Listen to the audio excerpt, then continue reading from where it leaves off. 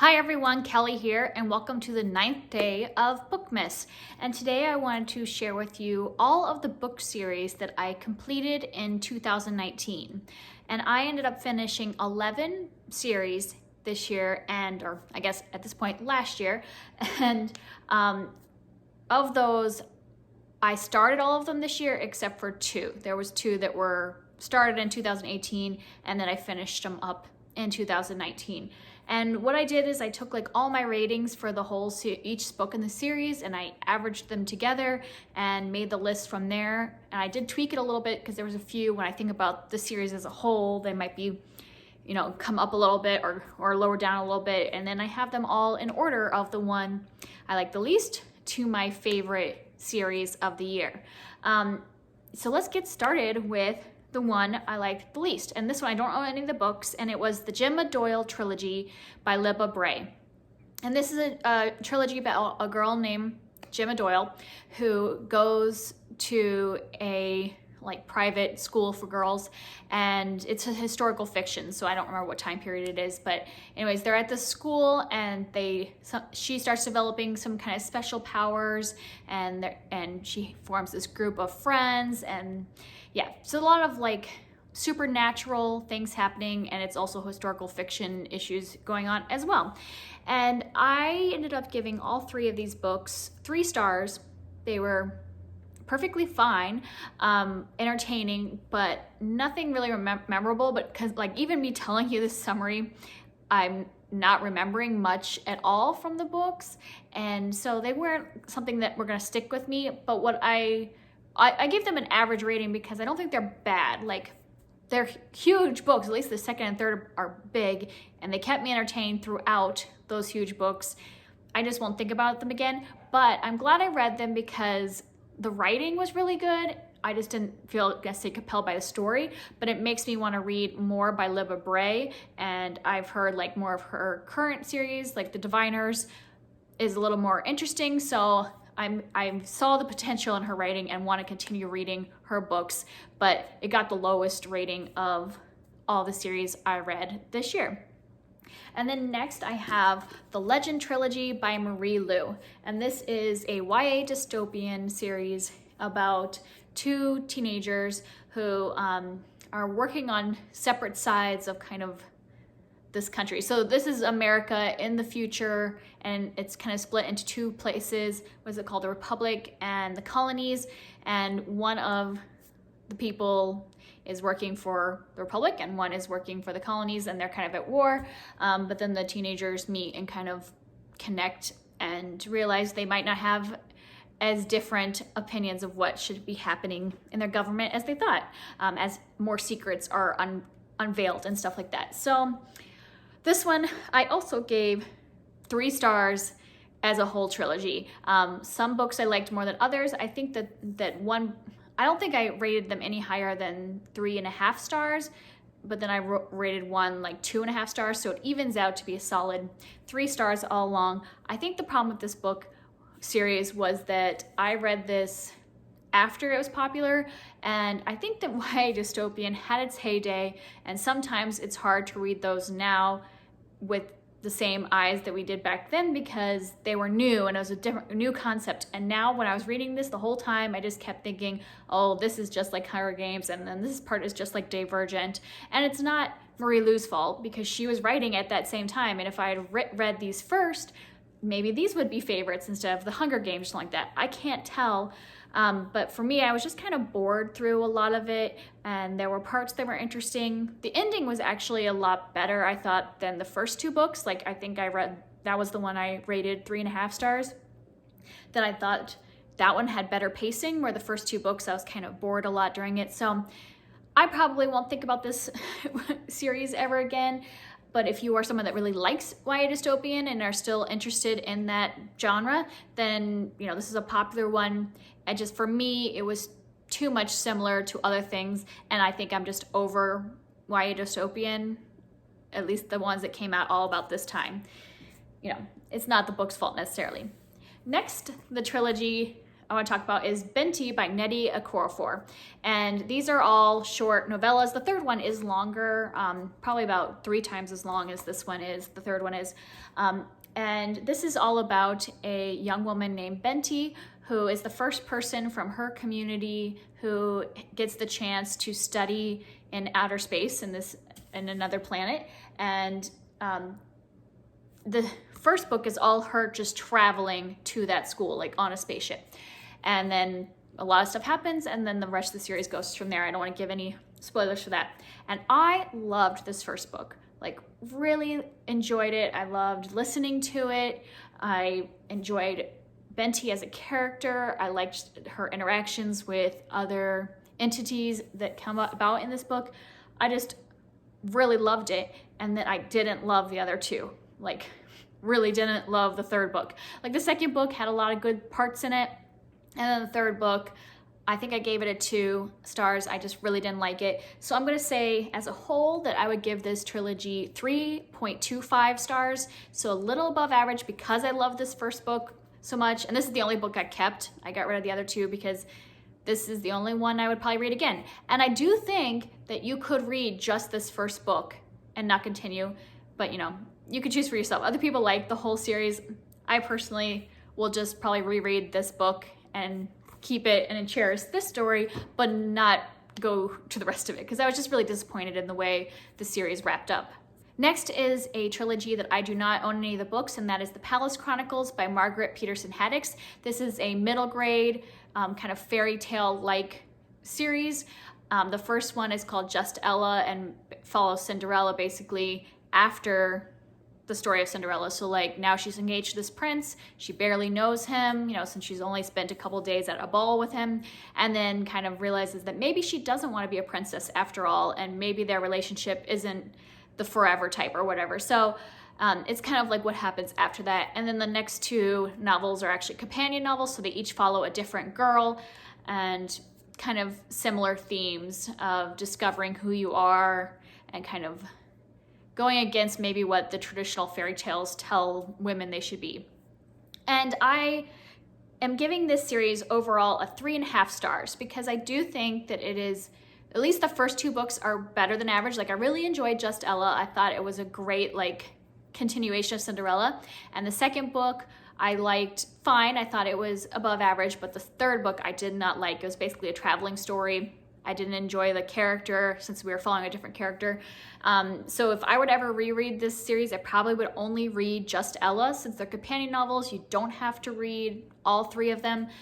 So I personally would at least recommend Just Ella and stick to that. But some people, I would read reviews about the other 2 because you'll see kind of some of the issues that come up and like whether you enjoy those tropes, because for me the third one just had tropes I didn't enjoy. But overall a little over average, so a 3.5 star series for me. Next I have the Jurassic Park duology. So I read both Jurassic Park and The Lost World this year. I listened to both these on audiobook because they're both narrated by Scott Brick, which was one of my favorite narrators. And I just really love Jurassic Park, the first book.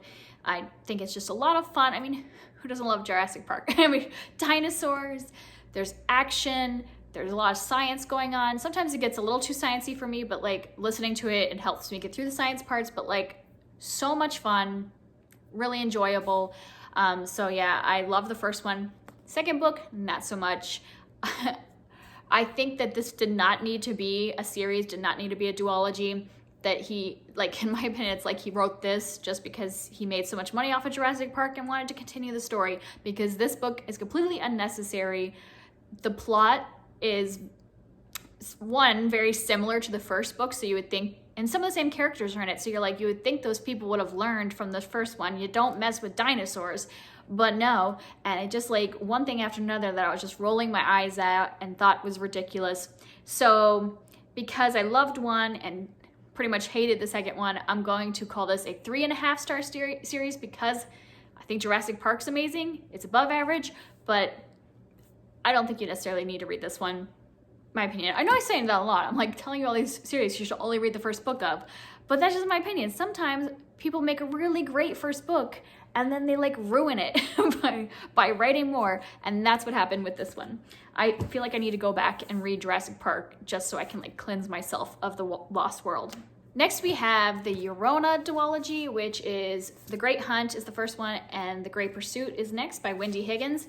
And this is kind of similar to a fairy tale story, and this is about a girl named, what's her name, the princess name, Arity, and she is a princess, and her kingdom is being attacked by a beast, and the king is trying to figure out some way to get people to kill the beast because the army isn't getting it done. So he like invites any hunters to come and try to kill the beast, and the reward is whoever kills the beast gets to marry the princess, so it becomes a noble person and part of royalty. So that's a big deal.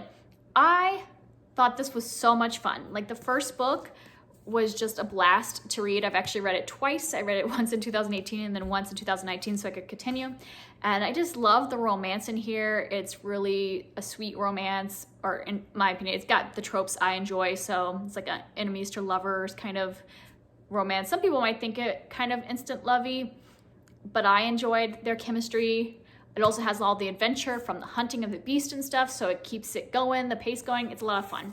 The second book I also enjoyed because it had a lot of that stuff, but it dragged a bit. Like, the second book did not need to be as long as it was, so it wasn't as good to me.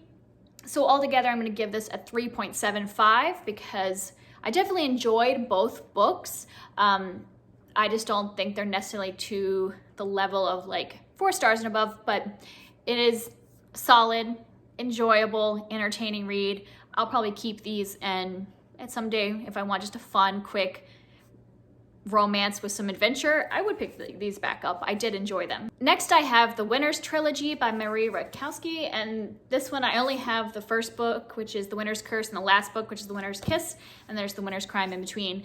And this one I had like an up and down relationship with. This is a series about a woman named Kestrel, and she is the daughter of like the captain of the guard or whatever, you know, like the army. I don't know what the official terms are. It's very political war type series, so no magic in this fantasy world, but definitely like a lot of political scheming and war happening. And she's been raised by this commander, and so her father thinks that she should go to war and become a warrior, but she would rather not go that way. She doesn't necessarily want to fight in a war. And so a lot of things happen for her discovering who she is.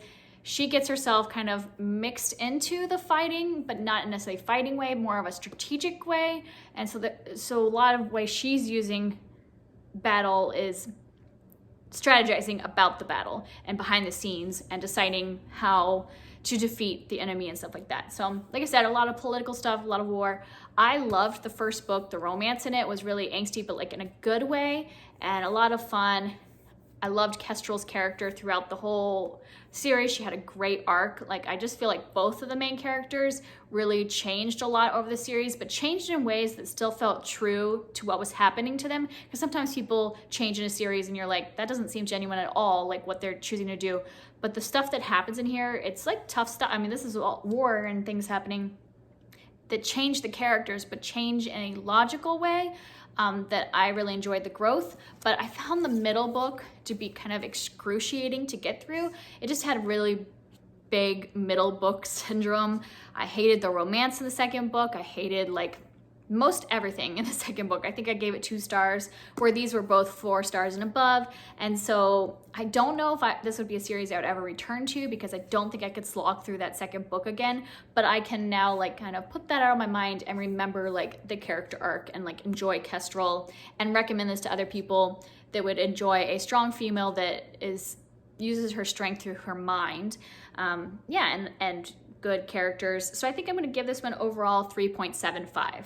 Next, I have the Princess Academy trilogy by Shannon Hale. This is a middle grade trilogy, and this is about a young girl named Mary who her town, like in the kingdom, whenever the prince is of marrying age, some shaman or something pick out what territory the future queen is going to come from. And this year, Mary's town has been chosen, and so all the girls that are like of age, so between like 12 and 18, have to go to this princess academy so they can learn how to be, you know, proper ladies, so they can meet the prince, and he will choose one of them as his, you know, princess and eventually the queen.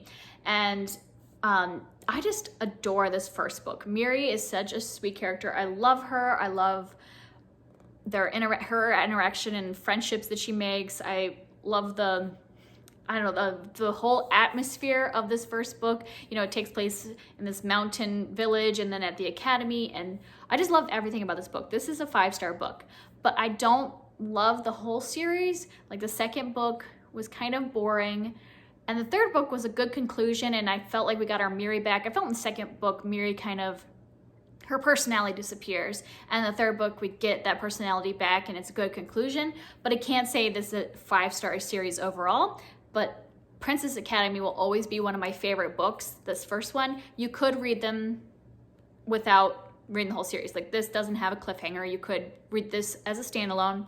And so I'm going to say that I would give this a 4-star as a series, but I would highly recommend reading the first one, especially if you have, you know, young kids. I just think this is such a sweet story. Next, I want to talk about the Monsters of Verity duology by Victoria Schwab. And I read these like so quickly, back to back. I just like devoured them. I just had a blast. So this series is kind of hard to like describe the plot. So we're following 2 people, and they are on opposing sides of forces. And one is Kate Harper, whose father kind of is controlling the town and kind of overseeing everything. And so she's kind of been raised to be ruthless in all this. And then we're following August, who really wants to be a regular human, but he is a monster. And in this world, monsters are created through the bad things humans do. They create monsters that look like humans. And so we're following both of those people who are kind of like butting against the things that they are supposed to be and what other people expect them to be. And I just thought this was so fun. I loved the friendship between August and Kate. And I can't even tell you what all happened. I would have to reread this because I just read it so quickly, but I just remember having such a good time. Like, the concept is a really great one. The read experience was just fun and action-packed. I didn't feel like there was any moments that dragged. So I'm gonna give this one a 4.5 stars for the duology, and I probably will read this again because I wanna like give it some more time the next time. But I thought that this was worth the hype and a really fun series to read if you just want something really quick and entertaining. And next we're getting into my 2 favorite series of the year, and ones that I will probably reread and pass on to my kids, especially the next one, and just read anything by these authors. And the next one is the Song of the Lioness series by Tamora Pierce. And this is about Alana, who in the beginning, she starts off as an 11-year-old, and she is supposed to be going off to kind of like basically finishing school. Like, it's a convent, but she's supposed to be going off to become like she's a noble birth and to be somebody's wife someday. Pretty much is her destiny, but she wants to be a knight. So she pretends to be her twin brother and goes to become a knight and goes through all of the like stages of being a knight and keeps her identity a secret the whole time and pretends to be Alan instead of Alana. And I just loved this series. It kind of starts off as middle grade. Like, I would say Alana could be read by middle graders, but then it gets into more serious topics as the series go on. So I would say the rest of them are probably more young adult. And I just love Alana. She is a combination of like a lot of different things, because sometimes when you have a character like that just, you know, is pretending to be the boy, and, you know, you could just say she's a tomboy or something like that. But no, like, she still likes to wear pretty dresses and be a girl and do girly things, but she also is like, I don't have to get married if I don't want to. I want to go roam the world. I want to be a hero. I want to do all these things. She's a very complex person. Like, she's like a real person, and she grows so much in these series. I think this covers probably like 8 years. Like, I think she ends up like 18 or something by the end. And I just feel like she grows so much. And I also really appreciate the way Tamora Pierce writes sex in these books. That yes, it's young adult, but like, and it's not anything explicit or anything like that. But I like how, you know, Alana does have more than one partner through the series, and the way Tamora writes it is very real to life. That like a lot of YA books, it's like the chosen one, you know, meets somebody and they have a connection and then they're destined to be together forever, even though they're like 16. And I'm like, that's not real life. Usually the person that you date when you're 16 is not the person that you marry, and that you can be in love with them and have that feeling, but that might not last, that might not be where your paths are ending up. And that's what I love about this series, that she does have more than one partner, and you see that sometimes the person that she starts with is not the person she ends with and stuff like that. I'm not gonna give any spoilers because there might be like reoccurrences in some of the relationships and stuff like that, but like that it feels much more true to real relationships, on how relationships ebb and flow, and sometimes you can love somebody but it might not be in game for that relationship. And so I'm gonna give Song of the Lioness 4.5 stars. And I definitely would keep reading that series and continue reading all the other series in the Tortall universe. And then we'll go to my last one, which is a full 5 stars, and that is The Letters to the Lost Duology by Brigid Kemmerer. These are contemporary YA novels that contain, like, they revolve around romance, but have so many more issues and serious things discussed, and I just love them. And this first one is about a girl whose mother has just passed away, and so she's leaving letters at her mother's gravesite, and somebody starts answering the letters. And so kind of there's that letter writing trope developing into a friendship and all that stuff in this book. And then in More Than We Can Tell, we're following the best friend of the main guy character from the first book. And yeah, there's a lot of issues involving like parental abuse and death of a parent and like step families and just a lot of family issues, a lot of personal issues, things happening that these teens are going through that feel like real things, and these teens are still able to like enjoy their life and enjoy relationships and friendships and all that stuff, but they have some serious things that are going on, and they talk about those things and try to work through them. And I just really enjoy them. I love the characters in this, and so I probably will reread these again in 2020 because I love them so much. So full 5 stars for that series. So those are the 11 series I finished in 2019. I'm hoping to really concentrate on finishing a lot of the other series that I have started in 2020. And so if you have read any of these and you want to talk about them, I would love to hear from you in the comments. Thanks, bye.